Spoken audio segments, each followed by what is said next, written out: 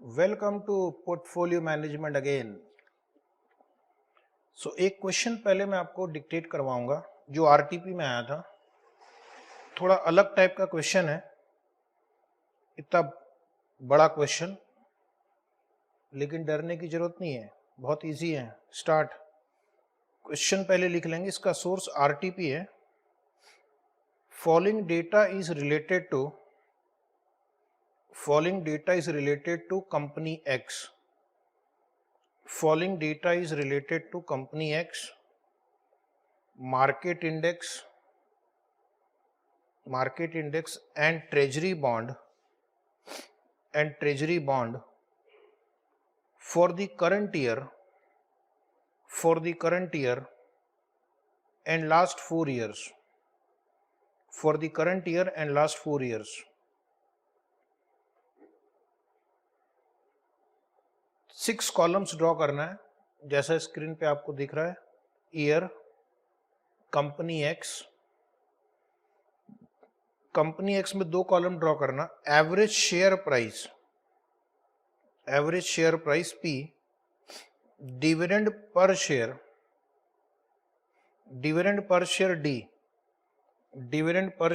D, फिर लिखना market index, उसके नीचे 2 कॉलम ड्रॉ करना। Average market index, market dividend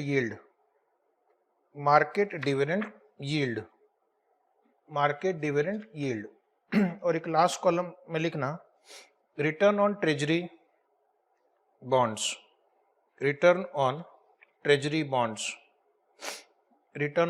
bonds. अब ईयर कॉलम में लिखना 2009, 2010, 2011, 2012, 2013 करंट ईयर। कंपनी एक्स के एवरेज प्राइस में लिखना 139, 147, 163, 179, 203.51, डिविडेंड पर शेयर 7, 8.50, 9, 9.50, 10।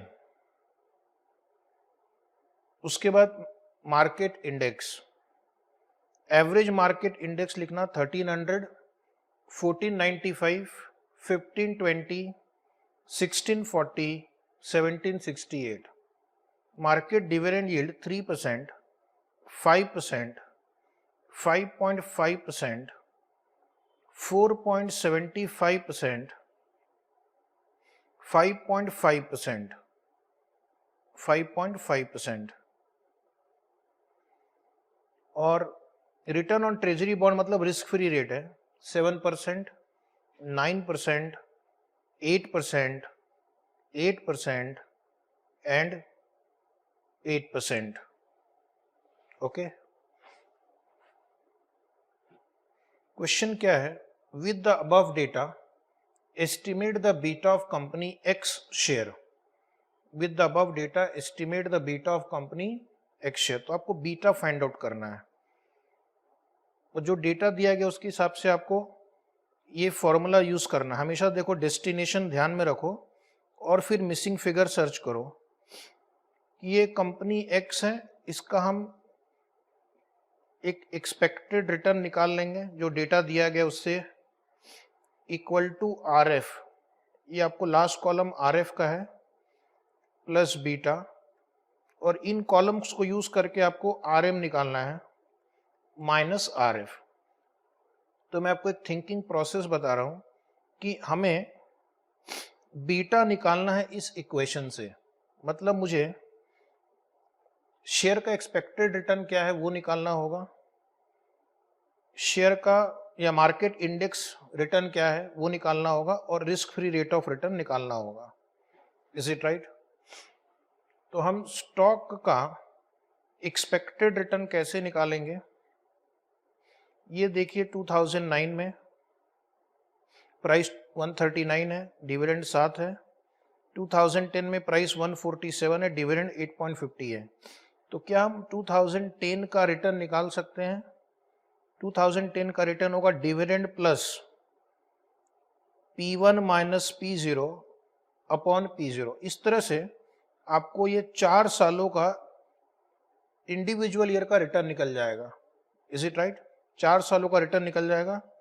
या फिर आप ऐसा कर सकते हैं कि 2009 में, जैसे कल हमने एक फ्यूचर वैल्यू का फॉर्मूला सॉल्व किया था, प्राइस 139 थी जो आज 203.51 हो गया है। तो ये प्राइस एप्रिसिएशन हो गया हमारा, ये हमारा प्राइस एप्रिसिएशन हो गया है। और इधर से हम डिविडेंड यील्ड निकाल सकते हैं। तो स्टॉक का return will be capital appreciation plus dividend yield. उसी तरह ये मार्केट का एप्रिसिएशन हो गया प्लस ये मार्केट का डिविडेंड यील्ड, तो आरएम निकल जाएगा। तो अलग अलग तरीके से आंसर आ सकता है। तो हम क्या करेंगे, हमने जो ऑलरेडी 2 क्वेश्चन में किया था कि शेयर की प्राइस आपको दी हुई है एक बिगिनिंग में एक एंड में, तो हम उसका एनुअल कैपिटल एप्रिसिएशन निकाल लेंगे, राइट? और उसमें डिविडेंड यील्ड ऐड कर देंगे तो हमारा स्टॉक का रिटर्न आ जाएगा। प्यारे बच्चों लिखना, calculation of average annual capital gain, calculation of average annual capital gain of share of X limited. एक बार क्वेश्चन पे जाते हैं और आपको एक्सप्लेन करता हूं कि क्या करने वाले हैं हम। क्वेश्चन देखो, 4 साल पहले प्राइस 139 थी, अभी प्राइस है 203.51। तो हम अज्यूम करेंगे कि प्राइस एक पर्टिकुलर रेट से ग्रो कर रहा है, capital appreciation on an average इस रेट से ग्रो कर रहा है। तो अगर 139 आपने 4 साल पहले इन्वेस्ट किया होता तो अभी प्राइस 203.51 है। तो आपको annual capital gain appreciation rate निकालना है, एनुअल कैपिटल एप्रिसिएशन रेट निकालना है इस इक्वेशन से। अंडरस्टूड? ऑलरेडी किया जा चुका है, इसके पहले भी 2-3 क्वेश्चन में। स्टार्ट करेंगे using future value formula. Future value is equal to present value into 1 plus R to the power N या G to the power N. 203.51 is equal to 139 into 1 plus g to the power 4। अब equation को simplify करेंगे, 1 plus g will become equal to 203.51 divide by 139 करो and to the power 1/4। Power 1/4 है तो हमारा काम easy हो जाता है, आपको स्क्वायर रूट 2 बार प्रेस करना होगा। स्टार्ट करेंगे 203.51 डिवाइड बाई 139, स्क्वायर रूट 2 बार प्रेस करना तो आपको आंसर मिलेगा 1.10। इसका मतलब है कि capital appreciation rate per annum is 10%। Share की प्राइस हर साल on an average 10% compound rate से ग्रो कर रही है। Is it right? और दूसरा क्या है, डिविडेंड यील्ड निकालना। क्वेश्चन में आप देखो आपको क्या दिया हुआ है, क्वेश्चन में आपको दिया हुआ है डिविडेंड पर शेयर दिया हुआ है, डिविडेंड पर शेयर, और इधर प्राइस दी हुई है। तो हम पहले हर साल का डिविडेंड यील्ड निकाल सकते हैं कि कंपनी डिविडेंड यील्ड कितना दे रही है, और फिर हम उसका एवरेज निकाल लेंगे। तो पहले लिखना स्टेप नंबर 2। स्टेप नंबर 2 क्या लिखेंगे, calculation of average annual dividend yield on the shares of X limited. Calculation of average annual dividend yield on the shares of X limited. Dividend yield का formula है dividend per share upon market price of the share. On an average share की price पे जो dividend मिलता है तो कितना rate of return मिल रहा है, ओनली कंसीडरिंग डिविडेंड। इतना प्राइस इतना डिविडेंड, तो मेरा रेट ऑफ रिटर्न क्या हुआ, उसको बोलते हैं डिविडेंड यील्ड। डिविडेंड यील्ड में कैपिटल गेन नहीं होता। 3 कॉलम ड्रॉ करेंगे, year, dividend per share upon share price, DPS upon share price, dividend yield. Year column में लिखना 2009, 10, 11, 12, 13।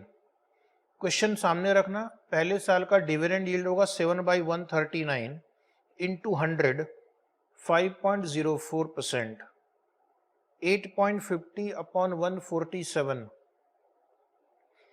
Into 100, 5.78%, 9/163 into 100, 5.52%, 9.50 divide by 179 into 100, 5.31%, 10 upon 200, 3.51, 4.91%। तो ये आपका हर साल अलग अलग ऐसे डिविडेंड यील्ड मिल रहा है। तो आपको एवरेज डिविडेंड यील्ड निकालना है, आपको एवरेज डिविडेंड यील्ड निकालना है। तो पहले उसके लिए हम क्या करेंगे, टोटल करेंगे। हर साल 5% के आसपास मिल रहा है आपको, तो टोटल कर लेना, 26.56% आ रहा है और एवरेज आ रहा है 5.312%। तो आपको 2 बेनिफिट मिल रहे हैं इस शेयर में, एक कैपिटल गेन मिल रहा है 10% का और दूसरा 5% डिविडेंड भी मिल रहा है आपको। Capital appreciation plus dividend yield will give you the expected return on the stock. तो हमारा अगला स्टेप होगा 3, expected return on the stock of X limited. Expected return on the stock of X limited, ये हो गया capital gain plus average annual dividend yield plus average annual dividend yield भी लिखना है यहाँ पे, average annual dividend yield is equal to 10 plus 5.312। तो आपको जो इक्वेशन यूज करना है सीएपीएम का, उसका एक नंबर आ गया हमारे पास, that is your expected return on the stock of X limited. ठीक है, जैसे आपने अभी शेयर का कैपिटल गेन पर एनम निकाला, अब उसी तरह मार्केट इंडेक्स भी हर साल कितने % से बढ़ रहा है वो निकाल सकते हैं। तो स्टेप नंबर 4 क्या होगा, लॉजिकली हम मार्केट का यील्ड निकालेंगे, मार्केट का कैपिटल यील्ड निकालेंगे। स्टेप 4 लिखना, step 4, calculation of average annual capital gain from market index. Calculation of average annual capital gain from market index. Market 4 साल पहले कहां था और मार्केट आज कहां है। ओके, तो मार्केट आज 1768 पे है, 4 साल पहले 1300 पे था, तो 1300 से वो हर साल एप्रिशिएट होते होते 4 सालों में 1768 हो गया है। तो हर साल का एप्रिशिएशन क्या हो रहा है वो हमें निकालना है।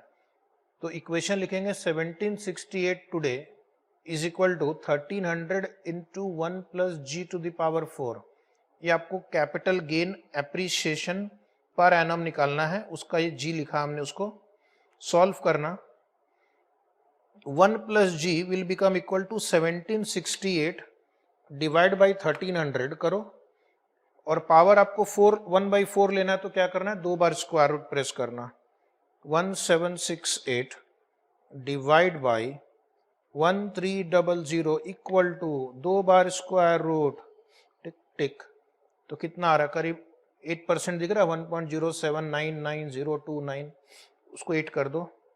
तो क्या आप बता सकते हैं कि ग्रोथ रेट क्या होगा, कैपिटल गेन का एप्रिसिएशन रेट क्या होगा, 8%। तो मार्केट 8% से हर साल बढ़ रहा है। इस पूरे कैलकुलेशन का मतलब है कि मार्केट हर साल 8% से बढ़ रहा है, और मार्केट के जो स्टॉक्स हैं उसका डिविडेंड यील्ड आपको ऑलरेडी दिया हुआ है, तो उसका सिर्फ मुझे एवरेज लेना होगा क्योंकि डिविडेंड यील्ड ऑलरेडी दिया हुआ है। ओके, तो हमारा अगला स्टेप क्या होगा, 5, average annual market dividend yield. Average annual market dividend yield is equal to, ये आपको इस क्वेश्चन में मार्केट का यील्ड इन परसेंटेज दिया हुआ है, तो सिंपल एवरेज लेना है। कभी कुछ साल 3 है, 5 है, 5.5 है, 4.75 है, 5.5 है, ये तो हर साल के बेसिस पे होता है ना, इसलिए यहाँ पर हम फ्यूचर वैल्यू का फॉर्मूला नहीं निकालेंगे, ये उस पर्टिकुलर साल के लिए अमाउंट मिलता है। कैपिटल गेन जो हर साल बढ़ रहा है, यानी शेयर की प्राइस बढ़ रही है, तो शेयर की प्राइस के लिए फ्यूचर वैल्यू, बट यहाँ पर एवरेज। तो ये आपका एवरेज कितना आया जरा चेक करना, 4.75%। तो मार्केट एप्रिशिएट हो रहा है 8% से, और मार्केट के शेयर्स पे जो डिविडेंड मिल रहा है उसका डिविडेंड यील्ड एवरेज 4.75% है। तो अगर मैं इन दोनों को ऐड कर दूं तो क्या मिलेगा, you will get expected return on market index RM. Step number 6, expected return on market index RM, expected yield on market index RM, 8 plus 4.75, 8 plus 4.75, तो ये मार्केट का रिटर्न आ गया 12.75%। अब हमारे पास एक और मिसिंग वेरिएबल है, risk free return. Last column में रिस्क फ्री रिटर्न पिछले 5 साल का दिया है, तो कौन सा लिया जाए। जैसा कि हमने एक पहले भी क्वेश्चन में कहा था कि एवरेज ले लेंगे अगर आपको एक से ज़्यादा दिया हो तो स्टेप नंबर 7 लिखना, average annual risk free return, average annual risk free return, जो आपको 5 नंबर दिए गए हैं उसका टोटल करके 5 से डिवाइड कर देंगे, एवरेज लेंगे, सिंपल एवरेज। यहाँ पर भी फ्यूचर वैल्यू का फॉर्मूला मत यूज करना, ये ग्रो थोड़ी करता है, ये तो हर साल कांस्टेंट 7-8-9% के बीच में ही है। तो एवरेज कितना था इस 5 साल के दौरान, 8%। अब मेरे पास एक्सपेक्टेड रिटर्न आ गया, RM आ गया, रिस्क फ्री रिटर्न आ गया। क्या हम बीटा फाइंड आउट कर सकते हैं अभी? चलिए आपको मैं 10 सेकंड का टाइम दूंगा बीटा फाइंड आउट करने के लिए। Step 8, calculation of beta, RM, RF, expected return, ये मैंने आपको निकाल के दे दिया है।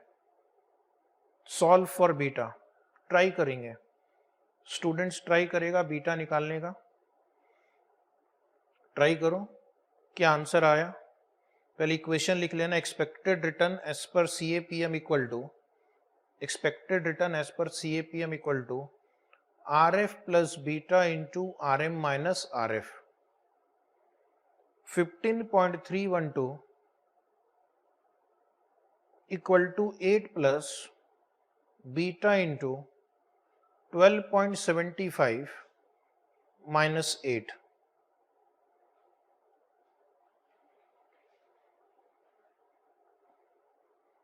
7.312, ये 8 इधर ले आओ और right hand side 12.75 minus 8, 4.75 beta, तो beta will be equal to 7.312 divide by 4.75, जरा करना, 7.312 divide by 4.75 equal to, is it approximately 1.54। तो ये आंसर कंप्लीट हो गया। तो आप जरा एक बार वापस रिवाइज करो, हमने क्या किया, पहले स्टॉक का capital appreciation rate per annum निकाला, स्टॉक की वैल्यू बढ़ती है हर साल, कितने से बढ़ रही है वो निकाला, फिर डिविडेंड यील्ड निकाला, फिर एवरेज डिविडेंड यील्ड निकाला और ऐड किया, उससे मिला स्टॉक का एक्सपेक्टेड रिटर्न। उसी प्रकार मार्केट का पहले मैंने किस रेट से मार्केट बढ़ रहा है वो निकाला, उसमें मार्केट का डिविडेंड यील्ड ऐड किया तो आपको मार्केट रिटर्न मिला। रिस्क फ्री रिटर्न हमने सिंपली एक सिंपल एवरेज से निकाला है और CAPM का फॉर्मूला यूज करके हमने बीटा कैलकुलेट कर लिया है, राइट। अब बिल्कुल एक और प्रैक्टिस करेंगे इससे मिलता जुलता, जो कि आपकी बुक में सेल्फ प्रैक्टिस में क्वेश्चन नंबर 120 है, page number 65 of this chapter, page number 65 of this chapter. Okay, question number 120, the following information is available for the share of X Limited and stock exchange for the last 4 years. तो यहाँ पर आप देखेंगे उसी type का question है, थोड़े बहुत चेंजेस किए इन्होंने। एक कंपनी है एक्स लिमिटेड, उसका शेयर प्राइस दिया हुआ है। अब ध्यान देना रट्टेबाजों, इस बार डिविडेंड यील्ड डायरेक्टली आपको दिया हुआ है, डिविडेंड यील्ड दिया हुआ है, डिविडेंड पर शेयर नहीं है। पिछली बार उन्होंने डिविडेंड पर शेयर दिया था, स्टूडेंट याद करके आंसर जाते हैं, तो उन्होंने क्वेश्चन थोड़ा चेंज किया है, आपको भी उसके हिसाब से चेंज करना पड़ेगा। उसके बाद उन्होंने दिया है इंडेक्स ऑफ स्टॉक एक्सचेंज, ये आपको इंडेक्स दिया हुआ है, और उसके बाद यहां पे दिया हुआ है dividend yield on market funds. Dividend yield आपकी बुक में ठीक से लिखा हुआ है,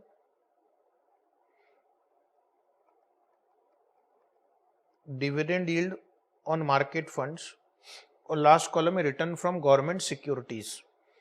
क्वेश्चन इस बार देखना, पहले प्रेजेंट ईयर इस बार ऊपर लिखा है, और 1 2 3 4 यानी 4 साल पहले शेयर प्राइस 95 थी, अभी 197। पिछले क्वेश्चन में उल्टे ऑर्डर में लिखा हुआ था, 4 साल पहले इंडेक्स 1490 था, अभी इंडेक्स 2182। इस तरह से आपको इंटरप्रेट करना है।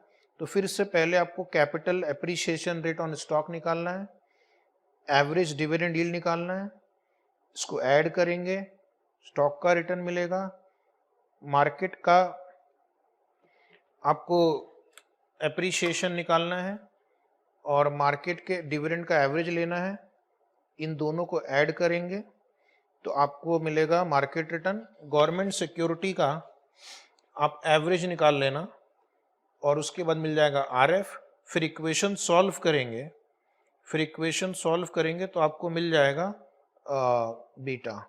क्वेश्चन क्या है, पहला क्वेश्चन बोलता है please calculate, please underline please, कितने प्यार से कह रहे हैं, expected return on x limited share. वैसे भी वो हमें करना ही है, बीटा अगर सिर्फ दे देते तो भी हमें ये सारा करना पड़ता।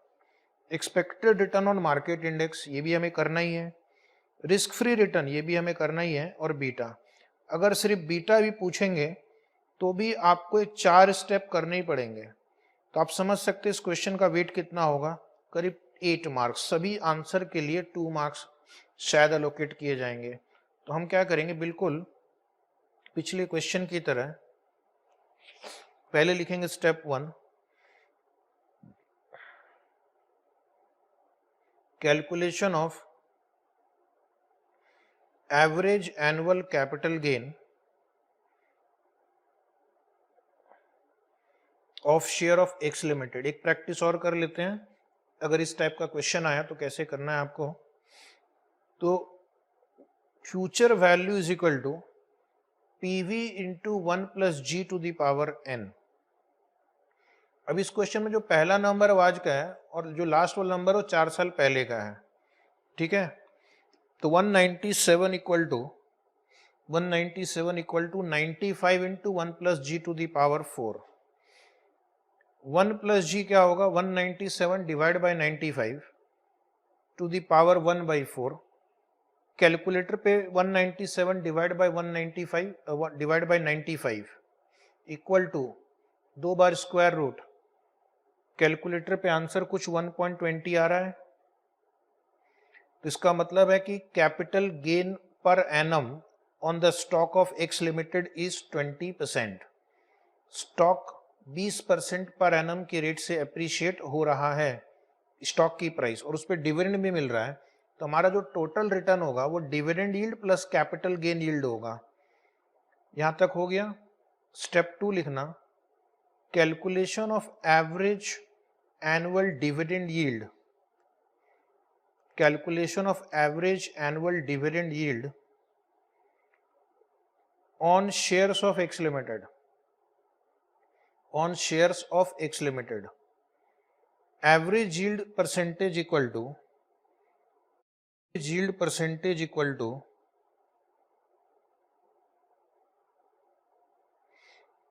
average yield percentage equal to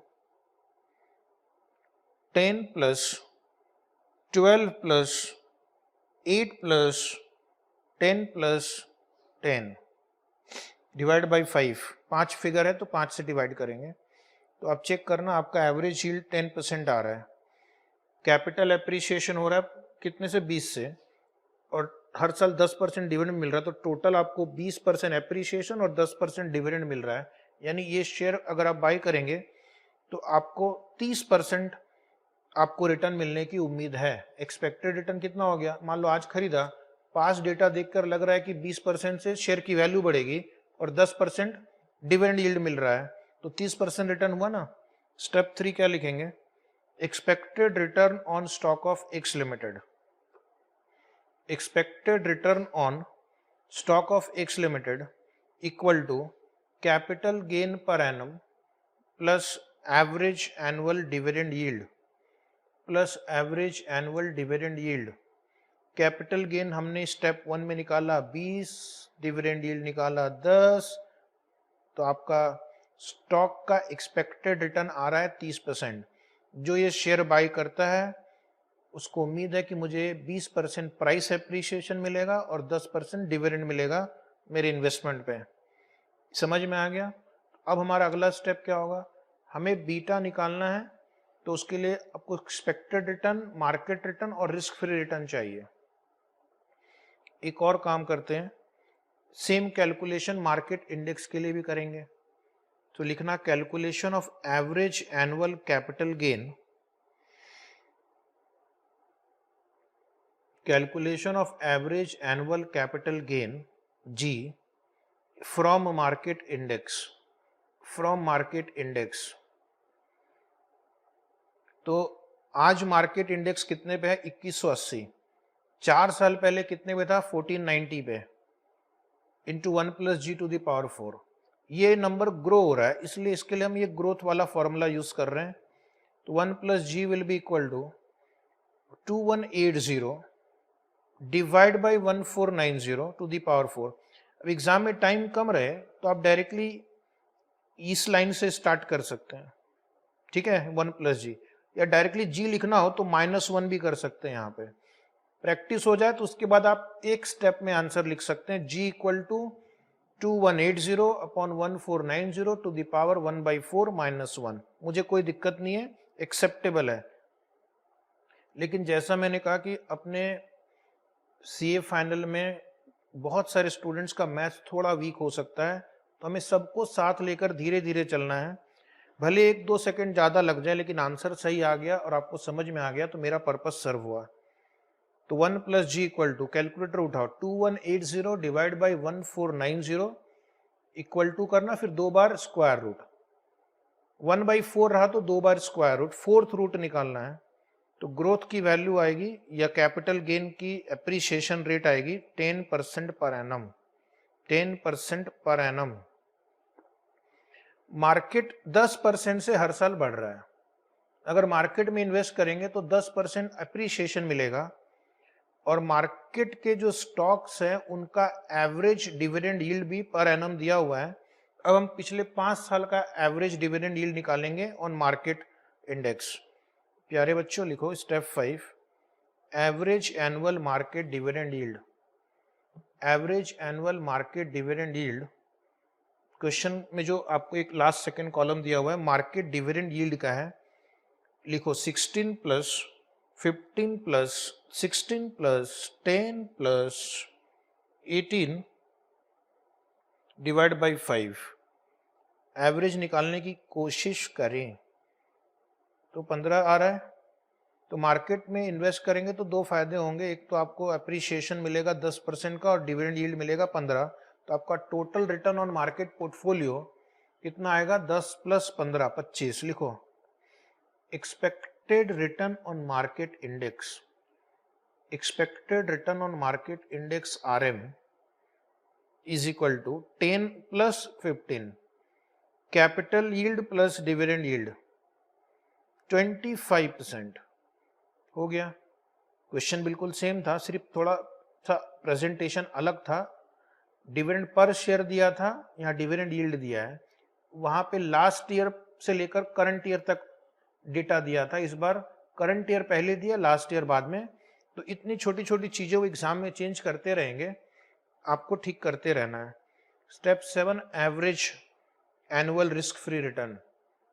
वो बहुत इजी है, लास्ट कॉलम का एवरेज ले लो, सिंपल एवरेज ले लो, 15 plus 15 plus 16 plus 14 plus 15 divide by 5।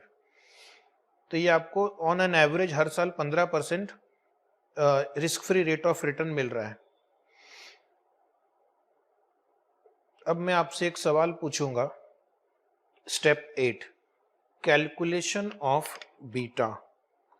Calculation of beta ये आप सॉल्व करेंगे, आपको मिलते हैं पूरे 5 सेकंड।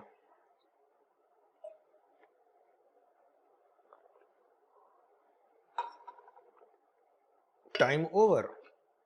चेक करना आंसर। पहले इक्वेशन सेट करो, 30 equal to 15 plus beta into 25 minus 15, और उसके बाद बीटा आ जाएगा 15 इज इक्वल टू 10 बीटा, ये 10 हो गया, beta equal to 1.5, beta is equal to 1.5। तो ये दो क्वेश्चन मैंने थोड़े अलग टाइप के करवाए, जहां पर आपको CAPM यूज करके बीटा निकालना था, लेकिन CAPM निकालने के लिए आपको पहले expected return on stock and expected return on market निकालने के लिए इतनी मेहनत हुई, राइट। तो ऐसे क्वेश्चन भी आएंगे तो आपको सॉल्व करना आना चाहिए। आज हम अपने कॉन्सेप्ट की लिस्ट में एक और कॉन्सेप्ट ऐड करने वाले हैं, reward to risk ratio. Reward to risk ratio. तो आप आ जाएंगे पैराग्राफ नंबर, मैं आपको बताऊंगा कौन से पैराग्राफ में है। पैराग्राफ नंबर 46, 4-6, ओके, पैराग्राफ 46 और इस चैप्टर का 32 नंबर पेज पे है। बीच में एक कॉन्सेप्ट है, वो हम थोड़ी देर बाद लेंगे, quantification of systematic, unsystematic risk and total risk. Don't worry, सब करवाया जाएगा। रिवॉर्ड टू रिस्क रेशियो, अब जरा ध्यान से देखना है, ये आपको एक रेशियो निकालने के लिए बोल रहा है, रिवॉर्ड टू रिस्क। तो रिवॉर्ड क्या है और रिस्क क्या है, ओके, और इसको हम और किस नाम से जानते हैं और इसका क्या सिग्निफिकेंस है पोर्टफोलियो मैनेजमेंट में। तो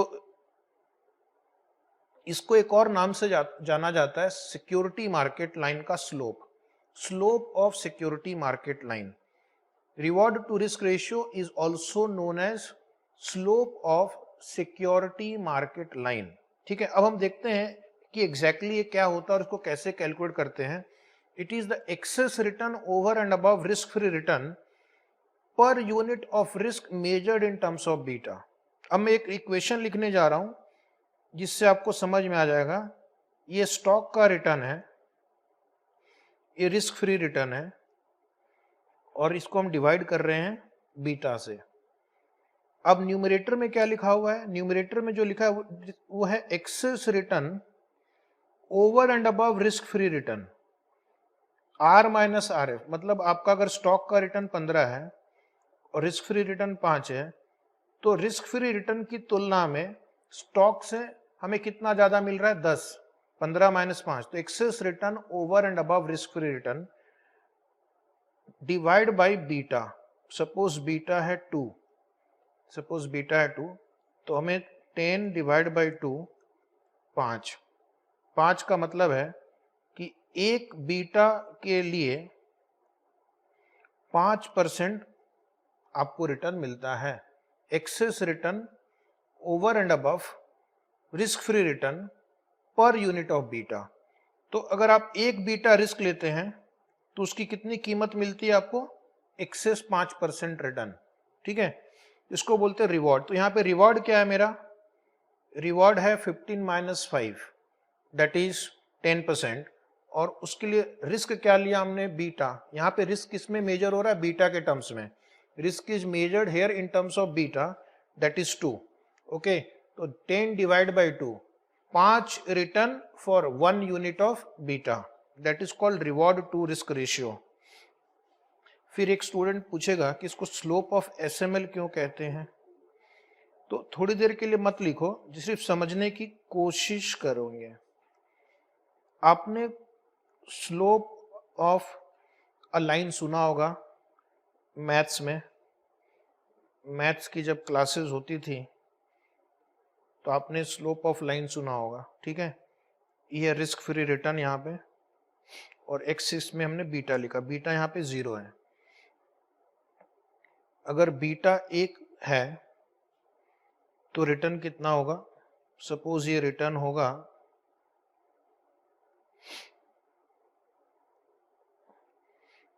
यहाँ, इसको 5 लिखते हैं, इसको 10 लिखते हैं, ठीक है। तो यहाँ पर देखना बीटा 1 यूनिट से चेंज हुआ है तो रिटर्न 5% से चेंज हुआ है। इसको हम बोलते हैं स्लोप ऑफ एसएमएल, यानी कि अगर बीटा 1 यूनिट से चेंज होता है तो रिक्वायर्ड रिटर्न कितने यूनिट से चेंज होगा। स्लोप ऑफ एसएमएल का मतलब जो वेरिएबल एक्स एक्सिस में है वो अगर 1 यूनिट से चेंज होता है तो जो वेरिएबल वाई एक्सिस में है वो कितने यूनिट से चेंज होगा। तो अगर हमारा आंसर 5 आता है, इसका मतलब कि बीटा अगर 1 यूनिट चेंज होता है तो स्टॉक का रिटर्न 5% से चेंज होगा। तो अगर बीटा यहाँ पे 2 हुआ तो स्टॉक का रिटर्न क्या होगा? स्टॉक का रिटर्न 10% से चेंज होगा, तो अभी 5 है तो ये 15 हो जाएगा, ठीक है। इसका मतलब ये है कि अगर स्टॉक का बीटा 2 यूनिट से चेंज होता है तो आपका जो रिटर्न है वो 10% से चेंज होगा। Is it right?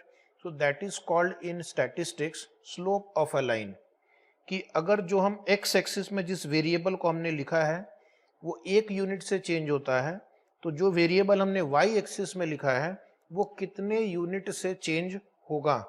तो that is called slope of the line.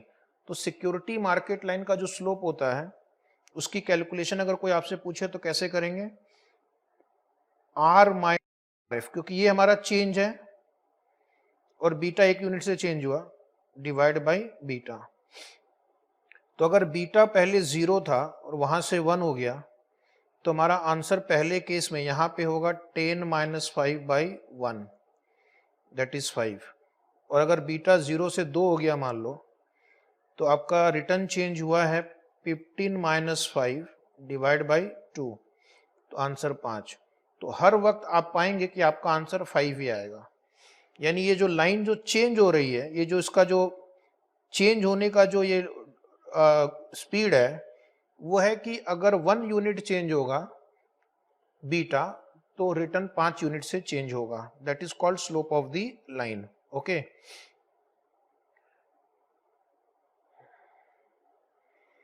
अब मैं आगे बढ़ता हूं। अब आपसे एक इंटेलिजेंट भरा सवाल पूछा जाएगा, ठीक है। ये एक डायग्राम बना हुआ आपकी बुक में भी है, पैराग्राफ 46 में। 2 स्टॉक दिए गए हैं, एक का बीटा है B1 और एक का बीटा है B2, ठीक है, बीटा 1 बीटा 2। ये रिस्क फ्री रिटर्न RF। तो अगर मैं पूछूं कि बीटा 1 का रिवॉर्ड टू रिस्क रेशियो क्या होगा, तो बीटा 1 का रिवॉर्ड है R1 minus RF। So reward to risk ratio, reward to risk ratio of beta 1 will be R1 minus RF, excess return over and above risk free return upon beta 1, correct. और उसी तरह मैं पूछूं कि reward to risk ratio of beta 2 क्या होगा, तो आप बोलेंगे R2 minus RF upon beta 2, R2 minus RF upon beta 2, R2 minus RF upon beta 2। Okay, अब एक बात बताओ, चूंकि आप लोग तो ज्ञान के सागर हो, आराम से सोचो और बताओ कि क्या R1 minus RF upon beta 1 is equal to R2 minus RF upon beta 2, क्या ये इक्वेशन सही होगा? क्या ये इक्वेशन सही होगा हमेशा? Okay, if the market is in equilibrium, if the market is in equilibrium, तो आप मुझे बताने वाले हैं कि ये जो मैंने अभी लिखा R1 minus R F upon beta is equal to R2 minus R F upon beta, ये हो गया है R1 माइनस आर एफ, ये है R2 माइनस आर एफ, इतनी डिस्टेंस है बीटा 1 और इतना डिस्टेंस है बीटा 2। तो आपको बताना है कि क्या R1 minus R F upon beta 1 is equal to R2 minus R F upon beta 2। The answer is yes, ये दोनों इक्वल होंगे। क्यों इक्वल होंगे? अगर मार्केट इक्विलिब्रियम में है तो इक्वल होंगे। उसको प्रूफ करने के कई तरीके हैं। एक तो है कि मैं कुछ नंबर लिख के कर दूं, 0 1 2, 5 10 15। अगर आप सॉल्व करेंगे तो 10 माइनस 5 ये 5 आएगा, 15 माइनस 5/2 10/2 ये भी 5 आएगा। लेकिन ये तो मैंने आर्टिफिशियली नंबर लिख के इनको मैच करवा दिया, करेक्ट। लेकिन मैथमेटिकली भी इक्वल होंगे, क्योंकि ये जो दो आपको ट्रायंगल दिख रहे हैं, ये एक ट्रायंगल है, बचपन में सुना है ट्रायंगल?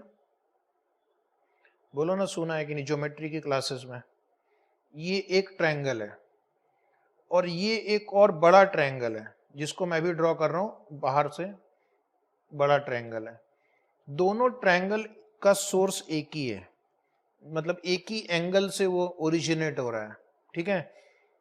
तो ऐसे ट्रायंगल्स को हम क्या कहते हैं? Similar triangles. ये एक ट्रायंगल है बाहर वाला जिसको हम बोलेंगे बड़ा ट्रायंगल, ये एक छोटा ट्रायंगल, दोनों का एंगल एक ही है, इसको हम बोलते हैं सिमिलर ट्रायंगल्स। आप सोचेंगे ये तो ज्योमेट्री में हमने पढ़ा था 10th स्टैंडर्ड में। सिमिलर ट्रायंगल की एक खासियत होती है, जो दो ट्रायंगल सिमिलर होते हैं, खासकर राइट एंगल ट्रायंगल हो, ये राइट एंगल ट्रायंगल देखो यहाँ पे 90 डिग्री बन रहा है, ठीक है, ये 90 डिग्री है। तो जो राइट एंगल ट्रायंगल होते हैं उसमें एक खासियत होती है कि उनका परपेंडिकुलर अपॉन बेस का रेशियो सेम होता है। यानी इस ट्रायंगल का परपेंडिकुलर अपॉन ये बेस और ये छोटे ट्रायंगल का ये परपेंडिकुलर अपॉन ये बेस।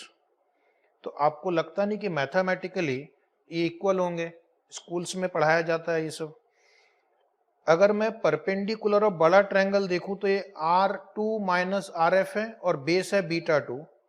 छोटे ट्रायंगल को देखूं तो R1 माइनस आर एफ है और ये बीटा 1। तो मैथमेटिकली भी मैंने प्रूफ कर दिया कि, ध्यान से सुनना अभी, the slope of all the securities okay on SML are equal. Slope of all the stock on SML line will be equal. In equilibrium the slope of all the stock will be equal. If not, then one is undervalued and one is overvalued. Then either it is undervalued or overvalued.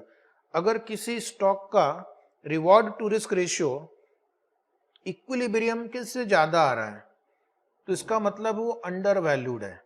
जो भी आपको ज्यादा return दे रहा है, ज्यादा reward दे रहा है, वो अंडर वैल्यूड है।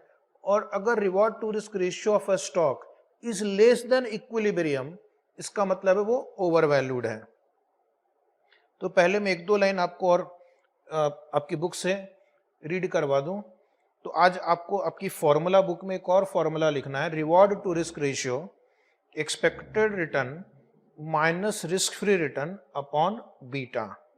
Expected return minus risk free return is reward, beta is the risk, excess return per unit of risk, where risk is defined in terms of beta. Okay, in an equilibrium market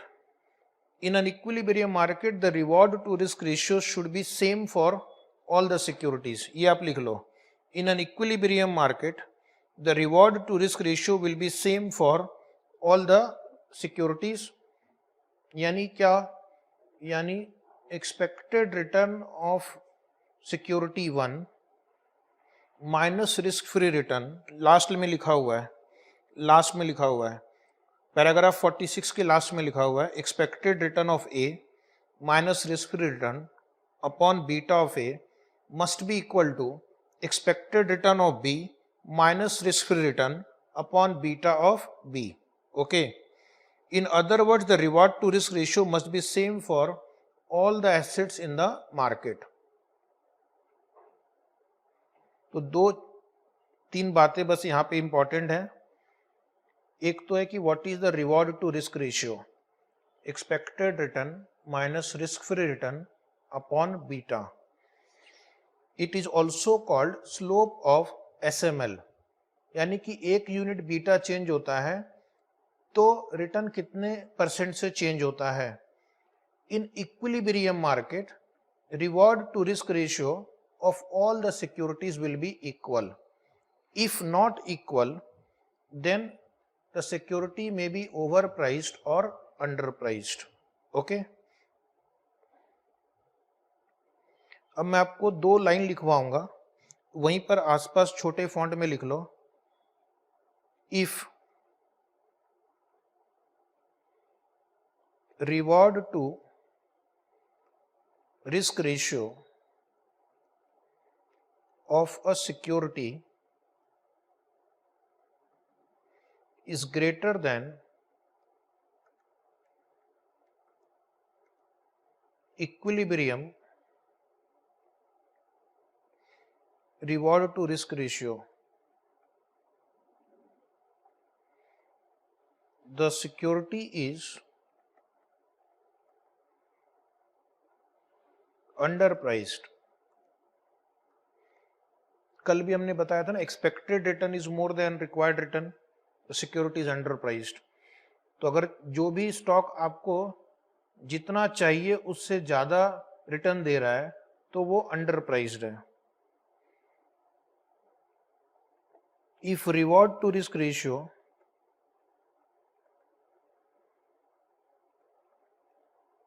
of a security is less than equilibrium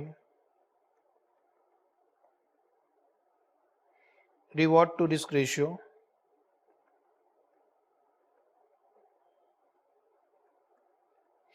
the security is overpriced. The security is overpriced.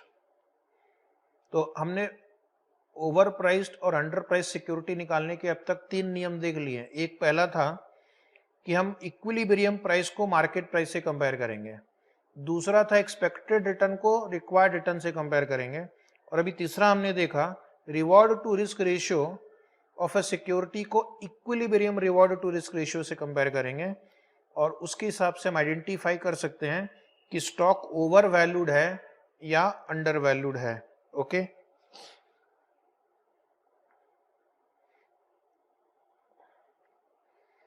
जो भी over price stock रहेगी उसको लोग बेचेंगे तो उसकी price कम होगी, और उसकी प्राइस कम होगी तो उसका रिटर्न वापस बढ़ने लगेगा और वो अपने इक्विलिब्रियम तक पहुंच जाएगा. जो अंडर प्राइस सिक्योरिटी रहेगी उसको लोग बाय करेंगे, जब उसको बाय करेंगे तो उसका प्राइस बढ़ेगा, और जब उसका प्राइस बढ़ेगा तो उसका एक्सपेक्टेड रिटर्न कम होगा. ठीक है,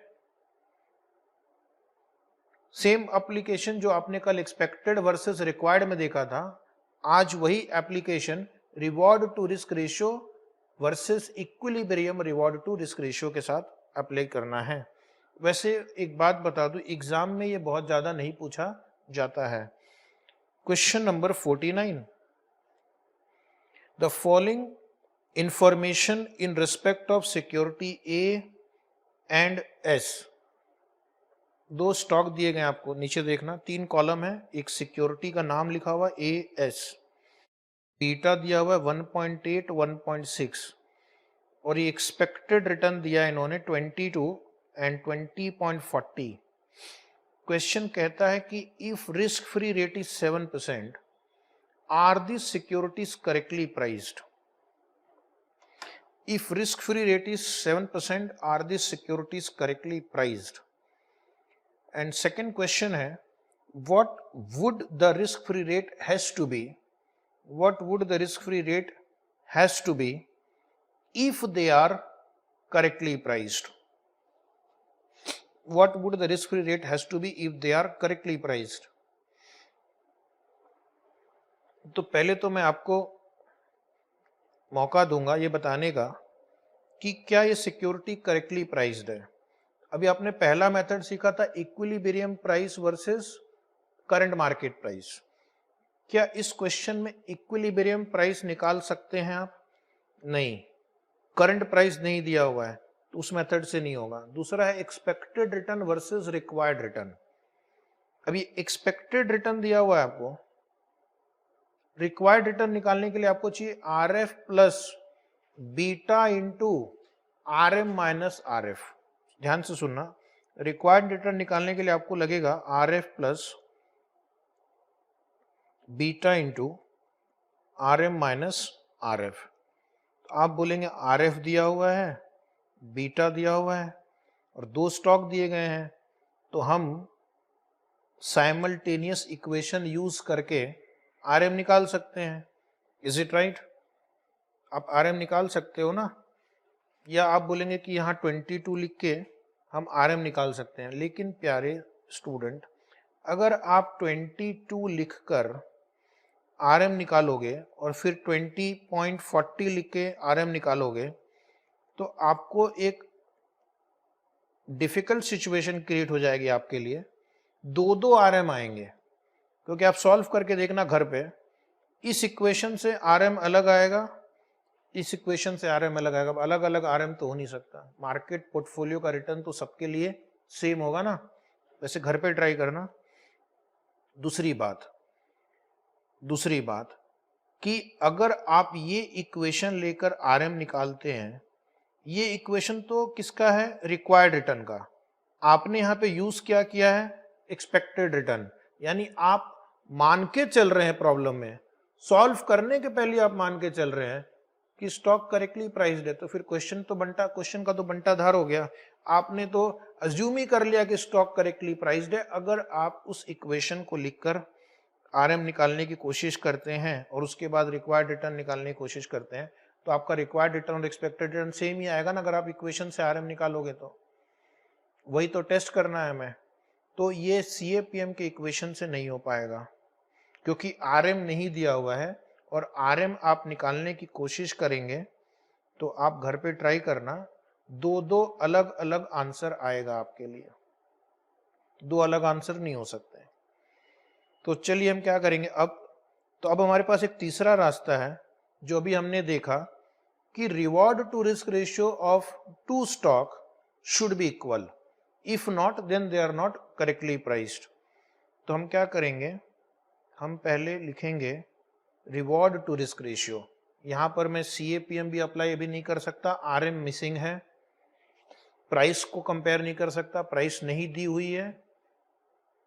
तो हम reward to risk ratio compute करेंगे, ER minus RF upon beta, reward to risk ratio. Next line, stock A. Stock A 22, question सामने है, 22 रिस्क फ्री रिटर्न नीचे 7 दिया हुआ है, 22 माइनस 7 डिवाइड बाई 1.8 करना इक्वल टू, तो ये लगभग 8.33% आ रहा है। और उसी तरह स्टॉक बी करना, stock B 20.4 minus 7 divide by 1.6 करना इक्वल टू कुछ 8.375 आ रहा है। ये तो मुसीबत हो गई, अलग आ रहा है, सेम नहीं आ रहा है। तो क्या ये स्टॉक करेक्टली प्राइस्ड हैं? तो इसके लिए आपको एक लंबा सा नोट लिखना पड़ेगा। Note, as the reward to risk ratio is not the same, not same, comma, at least one of the two securities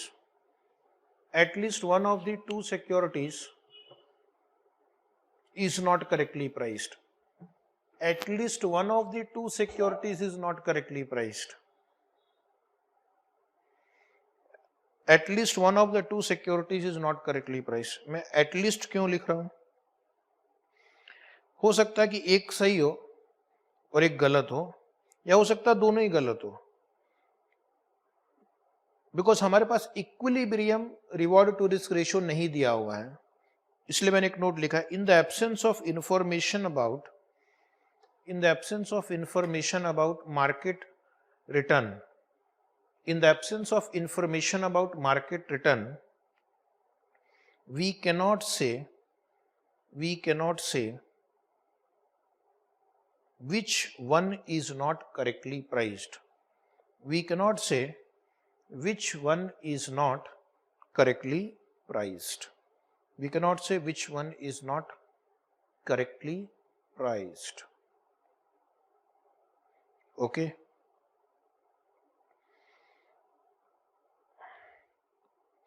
RM रहता तो आपके पास एक equilibrium reward to risk ratio तो मिल जाता, because RM minus RF upon beta of RM, beta of RM होता है 1, तो हमें पता चल जाता कि इक्विलिब्रियम में आपको कितना प्रीमियम मिलता है पर unit of beta. Okay, equilibrium में कितना प्रीमियम मिलता है पर यूनिट ऑफ बीटा, लेकिन हमारे पास आरएम नहीं है, इसलिए हमको नहीं पता कि risk premium on market portfolio कितना है. Is it right? Risk premium on market portfolio कितना है वो हमें नहीं पता. तो अब अगला क्वेश्चन उन्होंने क्या पूछा, what should be the risk free rate of interest so that the two securities are in equilibrium. तो अब हमें एक रिवर्स वर्किंग करना है, हमें मान के चलना दोनों करेक्टली प्राइस्ड है, आरएफ निकालना है. ठीक है, तो एक सिंपल से इक्वेशन से आरएफ की वैल्यू आ जाएगी, ये बोनस मार्क है, लिखो, if the two securities have to be correctly priced,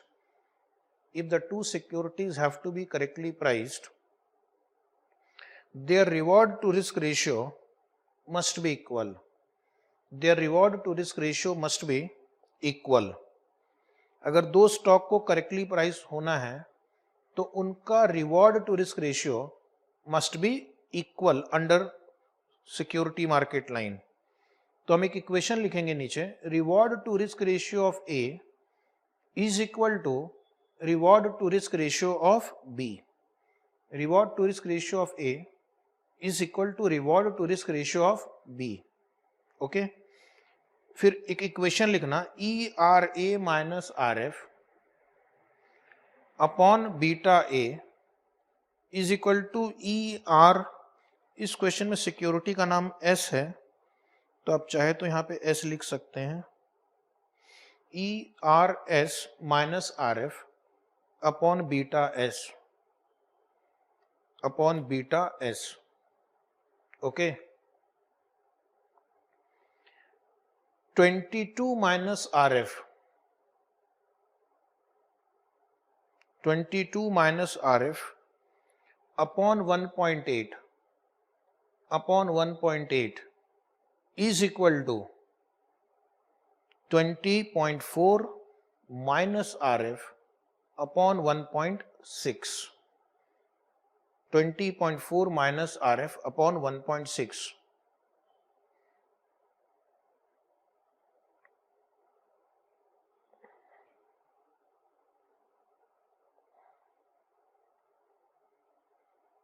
solve करना इक्वेशन, क्रॉस मल्टीप्लाई करेंगे, ये हो गया 22 into 1.6 35.2 minus 1.6 RF is equal to, cross multiply 1.8 into 20.4 36.72 minus 1.8 RF. अब मैं क्या करूंगा, इस RF को मैं लेफ्ट साइड में लाऊंगा और इस नंबर को राइट साइड में लाऊंगा, तो ये हो जाएगा 1.8 RF minus 1.6 RF, 0.2 RF, 36.72 minus 35.2, ये हो गया 1.52. सॉल्व करेंगे, 1.52 divide by 2 will become 7.6%. 7.6%. Okay, 7.6%। तो इस तरह से हमने रिवॉर्ड टू रिस्क रेशियो का एक प्रॉब्लम सॉल्व कर लिया। अब एक बहुत ही इंपॉर्टेंट कॉन्सेप्ट आ रहा है हमारे कैलकुलेशन में, जिसका नाम है कैरेक्टरिस्टिक लाइन। जिसका नाम है कैरेक्टरिस्टिक लाइन। तो आपने देख लिया सिक्योरिटी मार्केट लाइन। अब एक मिलता जुलता कॉन्सेप्ट है, सिक्योरिटी मार्केट लाइन की जगह characteristic line. Okay, what is a characteristic line? It is a graphical presentation. पहले मैं बता दूं कि इसके ऊपर एक मैंने नोट लिखा है।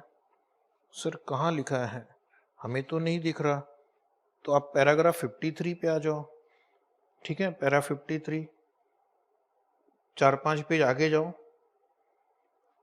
इस चैप्टर के पेज 37 पे जाओ, मिल जाएगा।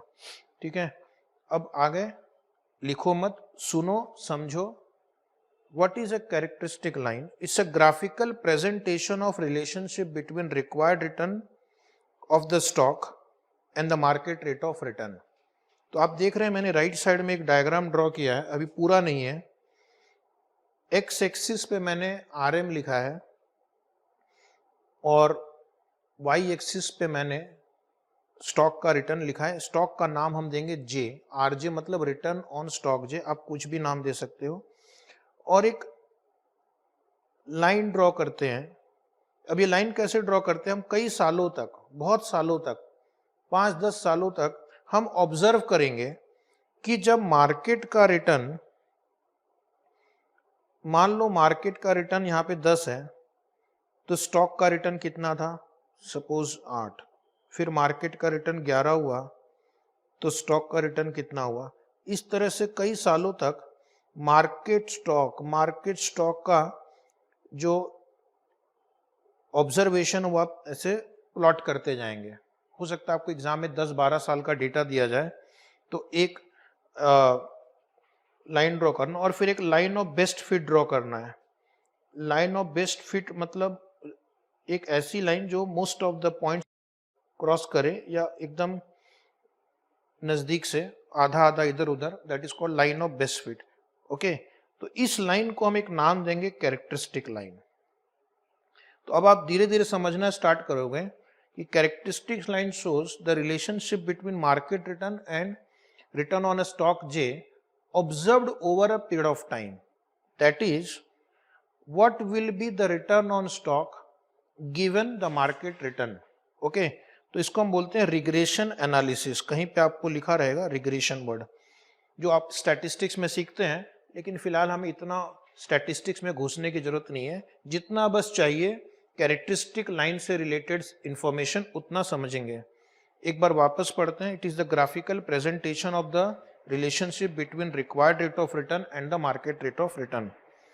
इसको ड्रॉ कैसे करते हैं? From past data. Normally exam में तो कैसा है, आपको वो 6, 7, 10 साल का क्वेश्चन देते हैं और आपको एक डायग्राम ड्रॉ करना है जिसमें एक्स एक्सिस में RM और वाई एक्सिस में RJ लिखना है in respect of return on security J and market return over several number of years. जो एनालिस्ट होते हैं वो बहुत सालों का डेटा एनालाइज करते हैं, लेकिन क्लास में या एग्जाम में अभी तक तो मैंने देखा है 10 साल तक का क्वेश्चन आता है। It is possible to draw a regression line of RJ on RM। इसका मतलब है after observing the data for many years, we can draw a line on a graph. Okay, and इस लाइन को देखकर हम stock और market का relationship establish कर सकते हैं। जैसे आपने मैथ्स में पढ़ा होगा कि y is equal to a plus bx, correct. तो उसी तरह y का मतलब यहां पे हो गया स्टॉक का रिटर्न, स्टॉक्स रिटर्न। ए का मतलब एक फिक्स्ड अमाउंट, फिक्स्ड कुछ तो मिलेगा। अगर मार्केट जीरो भी हुआ तो स्टॉक पे कुछ तो मिल सकता है, दैट इज कॉल्ड फिक्स्ड। और ये हो गया बीटा, इतने से मार्केट के कंपैरिजन में आपका स्टॉक का रिटर्न चेंज होता है। और ये है एक्स का मतलब यहाँ पे मार्केट। Is it right? तो हम क्या करेंगे, मैथमेटिक्स यूज करके स्टॉक के रिटर्न और मार्केट के रिटर्न के बीच में एक इक्वेशन स्टैब्लिश करेंगे and that is called regression line of RJ on RM. That means if this is the RM, this would be your stocks return. This regression line between RJ of a stock and the RM is called characteristic line. Okay, इसको short में हम CL भी लिखेंगे कहीं कहीं पे answer में. तो characteristics line shows the relationship between market return and stock return. It is drawn on the basis of number of years observed over a large number of years, and then we will be able to draw an equation, write an equation which will give you the return on stock given the market rate of return. अब एक और चीज बतानी जरूरी है. ये line जो हमने ड्रॉ किया, इस लाइन का भी एक स्लोप है. स्लोप का मतलब अगर RM इतने % से चेंज होता है तो स्टॉक का रिटर्न इतने से चेंज हुआ. This change in stocks return due to change in market return is called beta. The slope of this line, इस लाइन के स्लोप को हम क्या बोलेंगे? बीटा. अभी थोड़ी देर पहले हमने सिक्योरिटी मार्केट लाइन के स्लोप को क्या कहा था? Reward to risk ratio. Characteristics line में the slope of the line itself is beta, because यहां हमें स्टॉक का रिटर्न कितना चेंज हुआ for a given change in market return, and that is the reason why it is called slope of the line. Okay, slope of the line का मतलब हमेशा होता है कि ये एक्सिस का वेरिएबल अगर 1 यूनिट से चेंज हुआ तो ये वाई एक्सिस का वेरिएबल कितने यूनिट से चेंज होगा. मगर यहां पर ये जो डिस्कशन है, इससे हमें क्या प्राप्त होगा? बीटा. मान लो ये कैलकुलेशन करके बता रहा है कि 1.2. इसका मतलब अगर मार्केट 1 यूनिट से चेंज हुआ, स्टॉक का रिटर्न 1.2 यूनिट से चेंज होगा. और इसको हम क्या बोलते हैं? पिछले 7 दिनों से ये डिस्कशन चल रहा है. Beta tells you what would be the change in the stocks return or portfolio return if market return changes by 1%. okay, इसीलिए slope of security market line को हम क्या कहते हैं? बीटा. इट टेल्स यू कि स्टॉक का return कितने से चेंज होगा अगर मार्केट 1 यूनिट से चेंज होता है तो. अब देखना, आपकी बुक में एक एग्जाम्पल दिया है. वैसे तो यहां हमने 5 साल लिया है, लेकिन आपके एग्जाम में 10 साल तक के क्वेश्चन आ जाते हैं. Data on RJ and RM observed over number of years are as follows. एक एनालिस्ट ने 5 साल तक का डेटा ऑब्जर्व किया. ये स्टॉक का रिटर्न है, सॉरी मार्केट का रिटर्न है, और ये थर्ड कॉलम स्टॉक का रिटर्न है. When we plot this data on the graph we will get a scatter diagram. Scatter diagram मतलब आप बस पॉइंट्स मार्क करना है. तो इन नोटबुक में ये, सॉरी वहीं पे क्या करो, बुक में ना थोड़ी सी स्पेस दी गई है, वहीं लिख लेना. राइट, स्टार्ट करेंगे. पहले वाई एक्सिस में RJ लिखेंगे, एक्स एक्सिस ड्रॉ करना, RM लिखना. ठीक है. अभी देखना, 2008 में RM 20 है और RJ 30 है. तो एक अप्रोक्सीमेटली एक पॉइंट ड्रॉ कर लो 20 पे, यहाँ पे पॉइंट ड्रॉ कर लिया. फिर 2009 में ये 5 है और RM 0 है, तो यहाँ पे ये पॉइंट हो जाएगा. उसके बाद 2010 में ये 30 है तो ये 62.5 है, तो थोड़ा ऊपर ड्रॉ किया हमने एक पॉइंट. फिर ये 10 है तो ये 32.5 है. उसके बाद ये 20 है वापस और ये 42.5 है. तो ये 5 पॉइंट्स हमने ड्रॉ कर लिया based on 5 years of data. अगर ऐसे 10-20 साल करेंगे तो एक आपको ट्रेंड दिखेगा. ये बिल्कुल स्ट्रेट लाइन में नहीं है.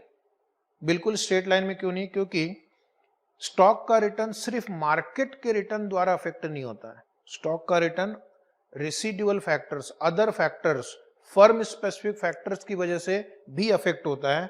इसलिए ये जो लाइन है ये बिल्कुल स्ट्रेट लाइन नहीं आती है, बिकॉज एक स्टॉक का रिटर्न बहुत फैक्टर से अफेक्ट होता है. उसमें अभी हम फिलहाल सिर्फ मार्केट को देख रहे हैं, लेकिन बहुत सारे ऐसे फैक्टर होते हैं जो फर्म स्पेसिफिक है, जो हमने देखा था नॉन सिस्टमैटिक रिस्क में. डेथ ऑफ अ की management personnel, non availability of raw material, labour strike, okay, कोई आपने नई डिस्कवरी कर ली, कोई फ्रॉड पकड़ा गया, तो उन सब से स्टॉक का रिटर्न अफेक्ट होता है। इसलिए ये लाइन स्ट्रेट लाइन नहीं है, क्योंकि कुछ external factor, other factors, other बोलूंगा मैं, अदर फैक्टर्स भी ऑपरेट कर रहे हैं जो फर्म का रिटर्न अफेक्ट कर रहे हैं। तो अब क्या करना है, आपको एक लाइन ड्रॉ करनी है, स्ट्रेट लाइन, इस तरह से कि हो सके तो ये सबको कट करे या फिर एटलीस्ट वो बीच से क्रॉस करे। लाइन स्ट्रेट होनी चाहिए, अभी ऐसे ऐसे नहीं करना है, ठीक है। तो this is called characteristic line, this is called characteristic line. अब यहां पर एक नंबर लिखा हुआ, आप देखो क्या लिखा हुआ है, ये जानते हैं इसका नाम क्या है? Alpha. It is called alpha. तो अल्फा, ये जीरो से क्यों स्टार्ट नहीं हो रहा है? जीरो से इसलिए स्टार्ट नहीं हो रहा है कि ऐसा हो सकता है कि भले RM जीरो हो, फिर भी स्टॉक को कुछ तो रिटर्न मिलता है। Even if RM is zero, the stock will earn some return, and that return is called alpha. Okay, it is not risk free return, हाँ, इतना ध्यान रखना है। It is alpha, that is the stock's return when market return is zero. Stock return when market return is zero, इतना return मिलता है। और जैसे जैसे फिर वो मार्केट चेंज हो रहा है, स्टॉक का रिटर्न भी चेंज होता है। तो मैथमेटिकली हम क्या करते हैं, आपने स्टैटिस्टिक्स में शायद पढ़ा होगा कि इनके बीच आप एक इक्वेशन स्टैब्लिश कर सकते हो, रिग्रेशन इक्वेशन, एंड फिर उसके बेसिस पे आप रिटर्न एस्टिमेट कर सकते हो। तो एक नीचे नोट लिख दिया मैंने, अभी फिलहाल आपको कुछ नहीं लिखना है। These points fall on an upward sloping straight line because the stock return is systematically influenced by the market. तो आप देखेंगे ये अपवर्ड स्लोपिंग कर्व है, क्यों? Because stock return is affected by the market return. तो फिर दूसरा सवाल है कि स्ट्रेट लाइन में क्यों नहीं है? However, these points do not fall exactly on an upward sloping straight line because the stock's return also depend on the firm specific factors. Stock return also depend on firm specific factors. तो stock का return सिर्फ market से influence नहीं हो रहा है, stock का return कुछ कुछ firm specific factor, example death of a key managerial personnel, okay, labour trouble, तो ये सब चीज होगी। Non availability of raw material, इसमें से कुछ अच्छी चीज भी हो सकती है, ओके, कुछ पेटेंट्स मिल गया कंपनी को, like that. So this can also affect the return. That is why the line is not a straight line, क्योंकि there are other factors also which are operating and influencing the return. So these other factors are called firm specific factors, okay, or unsystematic factors, residual factors. तो अब आप एक और formula सीखने जा रहे हैं, कैरेक्टरिस्टिक लाइन का इक्वेशन। उसके लिए पहले मैं आपको थोड़ा बैकग्राउंड बता दूं।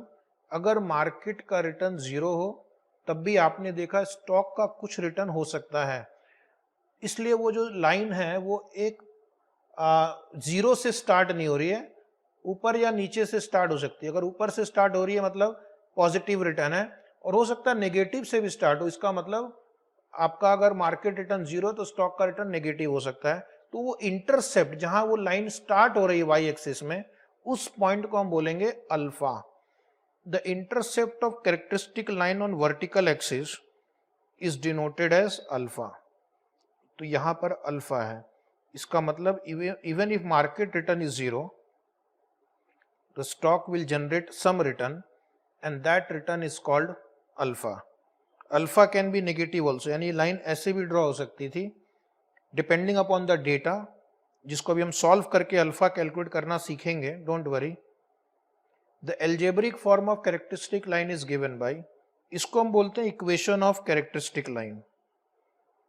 Return on stock J, return on stock J is equal to alpha, जो अभी हमने डिस्कस किया, एक रिटर्न मिलेगा when market is zero, plus beta into R M, beta is the slope of the line, beta is the slope of the line, beta into R M. तो जैसे जैसे आपका मार्केट रिटर्न बढ़ेगा, change होगा, beta times आपका stock का return change होगा। Okay, N plus यहां पर एक और टर्म है ईजे, ईजे मतलब एरर टर्म, दूसरे फैक्टर्स की वजह से जो रिटर्न आता है other than market factors, EJ उसको हम बोलते हैं एरर टर्म, जो बाकी सारे फैक्टर्स का टोटल है। तो यहां पर लिखा हुआ है, यहां पे अल्फा है is intercept of the straight line, beta is the slope of the characteristic line, it is a sensitivity of the stock return to market return, और ये लास्ट वाला है error term, last is error term, यानी ये जो बाकी दूसरे factors other than market factors उसकी वजह से जो रिटर्न जनरेट होता है अनसिस्टमैटिक फैक्टर्स की वजह से, दैट इज एरर टर्म। तो आज आपको एक और फॉर्मूला मिला, equation of characteristic line is equal to alpha plus beta into R M plus EJ. Now एक और इंपॉर्टेंट नोट्स, ईजे नॉर्मली मैंने देखा है कभी दिया नहीं रहता है, expected value of error term is zero, क्योंकि कुछ जो एक्सटर्नल फैक्टर हैं, फर्म स्पेसिफिक फैक्टर, हो सकता है उससे पॉजिटिव इफेक्ट आए, कुछ से नेगेटिव आए, तो हम क्या मान के चलते हैं कि the net effect of all this firm specific factor is zero. Okay, तो हम एरर टर्म को जीरो मानेंगे unless otherwise specified. The equation will become RJ equal to alpha plus beta into R M. जैसे maths में आपने पढ़ा है regression equation, y is equal to A plus B X. Okay, एक straight line का equation क्या होता है, y is equal to A plus B X. यहाँ पे y एक्सिस में क्या है आरजे, y एक्सिस के वेरिएबल की वैल्यू आरजे है, उसकी वैल्यू निकालनी हो तो अल्फा एक fixed amount plus beta times R M, beta times R M. Okay, तो जैसे जैसे आपका आर एम चेंज होगा आपका स्टॉक का रिटर्न चेंज होगा। अल्फा एक फिक्स नंबर है, बीटा भी स्लोप ऑफ लाइन फिक्स्ड हो जाएगा, तो बाद में जैसे जैसे आर एम चेंज होगा स्टॉक का रिटर्न चेंज होगा। अभी इसी इक्वेशन से हमें अल्फा की वैल्यू भी निकालनी है, alpha is equal to R J minus beta into R M, R J minus beta into R M. तो आर जे की value alpha plus beta into R M, alpha की value R J minus beta into R M. और beta कैसे निकालेंगे, beta के हमने already कई फॉर्मूले देख लिए हैं, covariance of the stock with the market upon variance of the market portfolio, या फिर correlation into sigma j into sigma m upon sigma m square. और इसका एक फॉर्मूला सिंप्लीफाइड वर्जन है r into sigma J upon sigma m। आपकी book में इसलिए नहीं लिखा, ऑलरेडी प्रिंटेड है आगे पीछे के पन्नों में। अब एक और फॉर्मूला बीटा का आपके जीवन काल में जुड़ जाएगा, if return on the stock and the return on the market are provided for just 2 years। Okay, आपको 2 साल का डेटा दिया है, मार्केट का रिटर्न स्टॉक का रिटर्न, तो उस केस में बीटा क्या होगा, बीटा की डेफिनेशन बोलती है the change in the stock return due to change in the market return. तो हम एक फॉर्मूला यूज करेंगे, difference in the stock return upon difference in the market return, difference in the stock return upon difference in the market return. ठीक है, एक जैसे for example सिर्फ आपको ये क्वेश्चन आया है कि एक स्टॉक का ईयर 1 का रिटर्न दिया हुआ है, ईयर 2 का रिटर्न दिया हुआ है स्टॉक और मार्केट का, और इतने में से ही आपसे पूछ रहे हैं कि what is the beta of the stock, what is the beta of the stock. तो आप देखेंगे कि बीटा ऑफ द स्टॉक यहाँ पे क्या होगा, slope of the line, slope of the line का मतलब change in stocks return upon change in market return. इसलिए फॉर्मूला है चेंज या difference in the stock return upon difference in the market return. 18 minus 8, अब आपको थोड़ी मेहनत करवा रहा हूं मैं, फॉर्मूला के आगे लिखो 18 माइनस 8, ये हो गया स्टॉक का वेरिएशन, डिवाइड बाई 25 माइनस 10, ये हो गया मार्केट का चेंज। सॉल्व करेंगे तो आएगा 0.67, ठीक है।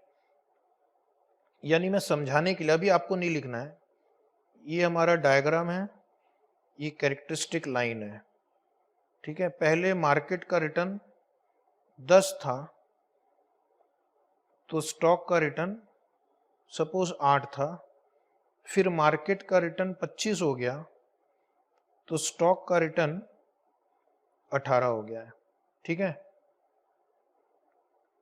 यानी ये मार्केट चेंज हुआ 10 यूनिट से, 25 माइनस 10 15, मार्केट चेंज हुआ 15 यूनिट से, स्टॉक का रिटर्न हुआ यहाँ पे चेंज 10 यूनिट से, दिख रहा है आपको डायग्राम में। तो इसको हम बोलते हैं स्लोप ऑफ द लाइन, ये जो एंगल है इसको बोलते हैं स्लोप ऑफ द लाइन, कि ये किस रेट से चेंज हो रहा है। तो इसका मतलब है कि अगर market changes by 1 unit, the stock return changes by 0.67%। if market return changes by 1%, stocks return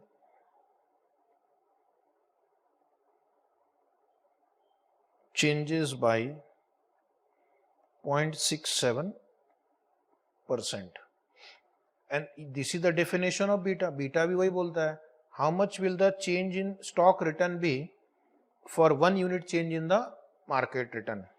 okay तो बीटा के बहुत सारे फॉर्मूले आपके जीवन में ऐड हो गए।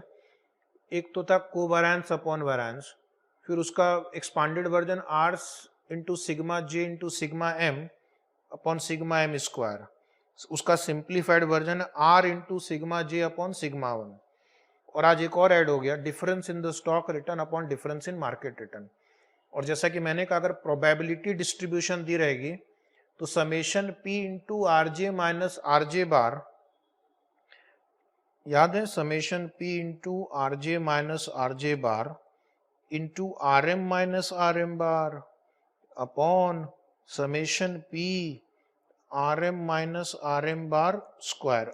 या फिर अगर आपको पास डेटा दिया गया जो कि कैरेक्टरिस्टिक लाइन के केस में जिसकी उम्मीद ज्यादा है, summation R J minus R J bar into R M minus R M bar upon summation R M minus R M bar square.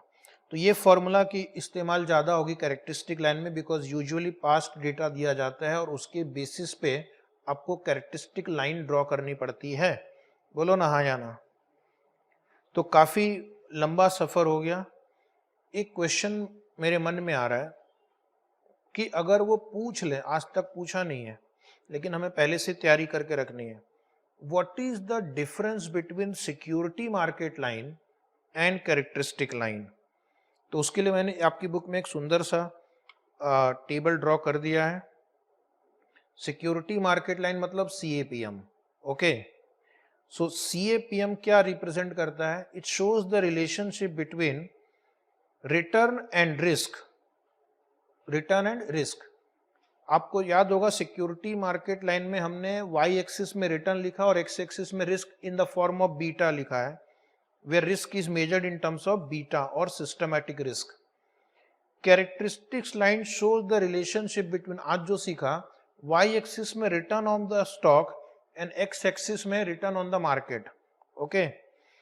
तो इसको मैंने एक और दोबारा सिंप्लीफाइड तरीके से लिखा है, बीकॉम टाइप का है, एक ही बात। SML graph shows relationship between beta and required return.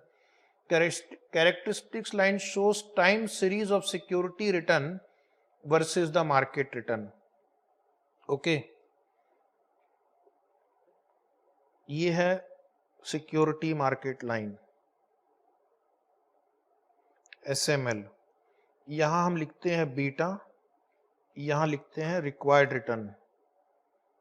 ये है कैरेक्टरिस्टिक लाइन CL, यहां है RM और यहां है स्टॉक का रिटर्न।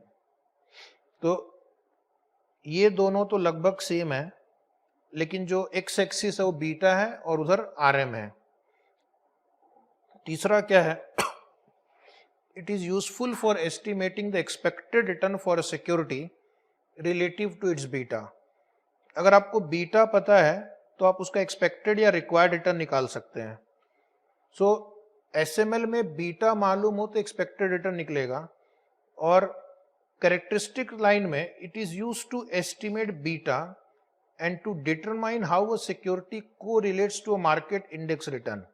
यहां पर अगर आप, पहली बात आपको बीटा पता चलता है, दूसरा अगर मार्केट रिटर्न पता हो तो स्टॉक का रिटर्न एस्टिमेट कर सकते हैं। और एक चौथा पॉइंट आपकी बुक में लिखा हुआ है, क्या लिखा हुआ? Fourth point, equation of SML.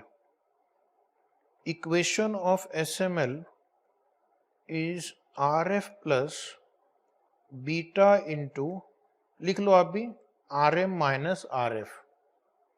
वो शायद आपके लिखने के लिए मैंने छोड़ रखा है। और यहां पे equation of CL is alpha plus beta into RM plus E I J, plus E I J is error term, residual term, unsystematic risk, okay, firm specific factors, उसकी वजह से जो रिटर्न आता है, unless otherwise specified it is assume to be zero, क्योंकि कुछ factor positive देंगे, कुछ फैक्टर नेगेटिव इफेक्ट करेंगे, ओके। और एक पांचवा पॉइंट अगर लिखना हो, slope of SML will be R minus R F upon beta. और यहां पे स्लोप ऑफ सीएल क्या होगा, लिख के लेना, difference in stock return upon difference in market return. जिनको नहीं दिख रहा है मेरी आवाज सुन के लिखना, difference in stock return upon difference in market return. एक बार फिर से, slope of CL is equal to difference in stock return upon difference in market return, okay. तो ये अगर डिफरेंसेस कभी पूछ लिया तो आप इस तरह से इसको लिख सकते हैं। Characteristic line shows risk relationship between market return and stock return based on past data। अभी मैं आपको एक क्वेश्चन करवाऊंगा, लेकिन पहले लेंगे एक ब्रेक।